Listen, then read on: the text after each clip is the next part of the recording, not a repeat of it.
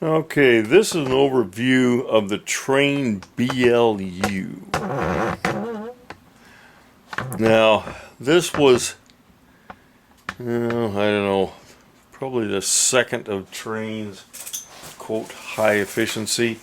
It's kind of a morphodite, as many of the furnaces were at this time. This thing, I think, was built in 1989, which is around the first years I think this one came out. Let's see. Invented with plastic pipe. Let's see, because it had the vent here was PVC. This was your inducer housing, inducer motor, and there's a blower wheel on this end of the inducer also.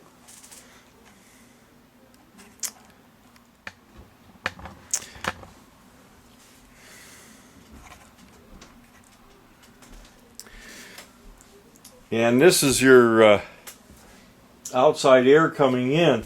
Now this doesn't really go anyplace. All it does is it blows back here. I'll get you closer on that later, but it just kind of brings in outside air and puts it somewhere in the area of the burners. Now let's look down at the burners. I'll get into them close a little later.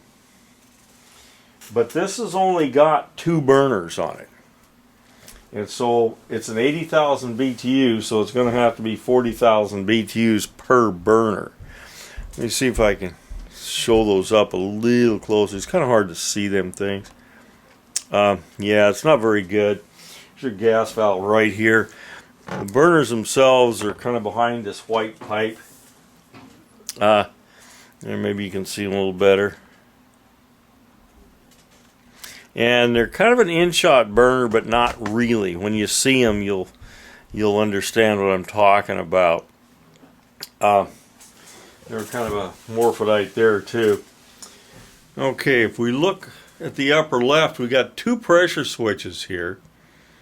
One of which has got a pipe going down right there, and that's showing vacuum for the inducer, because this is the inducer here. You know, it's really thin. So that's on the negative side of it, so there's a negative pressure there. Well, there's another pipe coming off. Okay, if you look back here, let me get you a little closer there.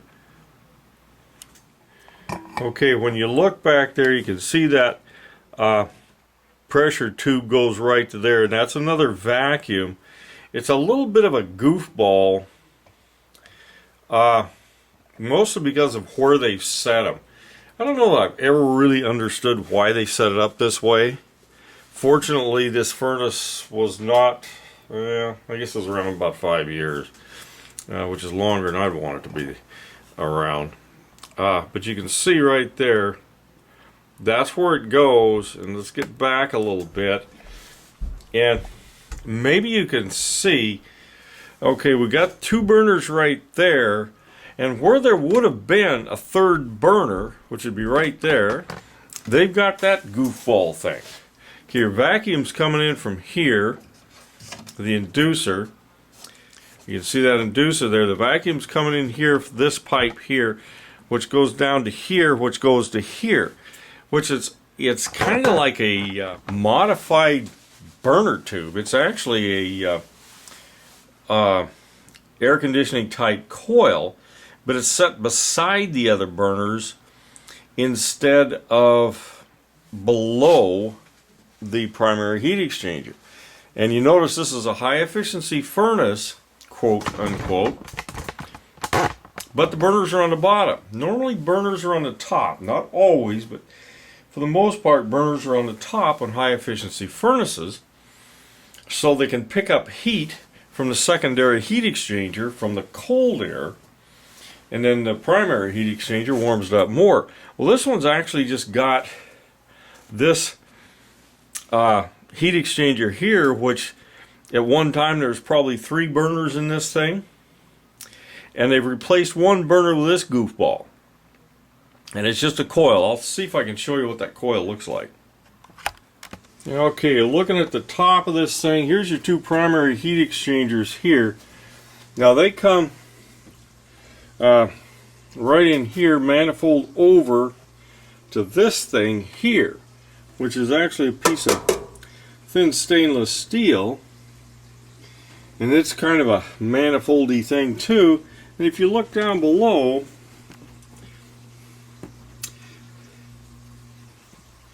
you can see that's an air conditioning coil, or very similar to an air conditioning coil, just like many other gas furnaces use an air conditioning type fin coil for secondary heat exchanger, but it's right beside the others, these here. And what actually happens is the fan blows across these and blows warm air up, but it also comes up to this side of this one, if this makes any sense. It comes up here and then blows through to here, and I guess mixes some in there. This is one of Trane's better ideas. They got rid of this thing fairly fast. I mean, there were a lot of plastic problems with it and stuff like that, but you know, and I'll get farther into this heat exchanger when I take it apart, but that's what it looks like. Okay, few other things to look at. It had just a standard Honeywell heat operated fan switch, just like most other furnaces had about this time. It's a fan and limit. Down below that is this gas valve is a replacement gas valve. That's a White Rogers valve, but that's a newer one than came on it, so there's probably a problem with that at some point. Okay, here we have the control box. There's normally a cover over this control box. There are some fan relays here in it. One's for the inducer here, and one's for the circ fan.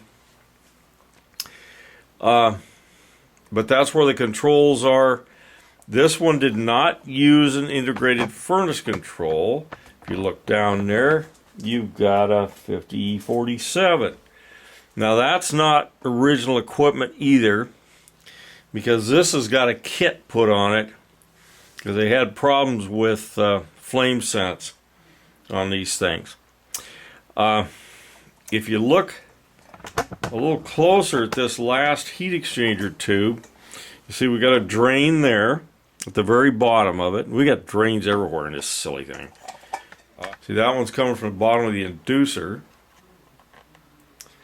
And there's another one that goes way up here and comes out of this. This is kind of a double wall pipe here, so that when water runs down the vent up above, instead of going down into the inducer, it will go out this thing and down. A lot of troubles with plugging up the those condensate drains. Anyway, that's kind of an overview. I hope I haven't forgot anything in this silly thing. I'll get into the burners. We'll look at how the burners work and stuff like that on some of the future videos, because the burners are right back behind there. Anyway, this is another one of the goofballs.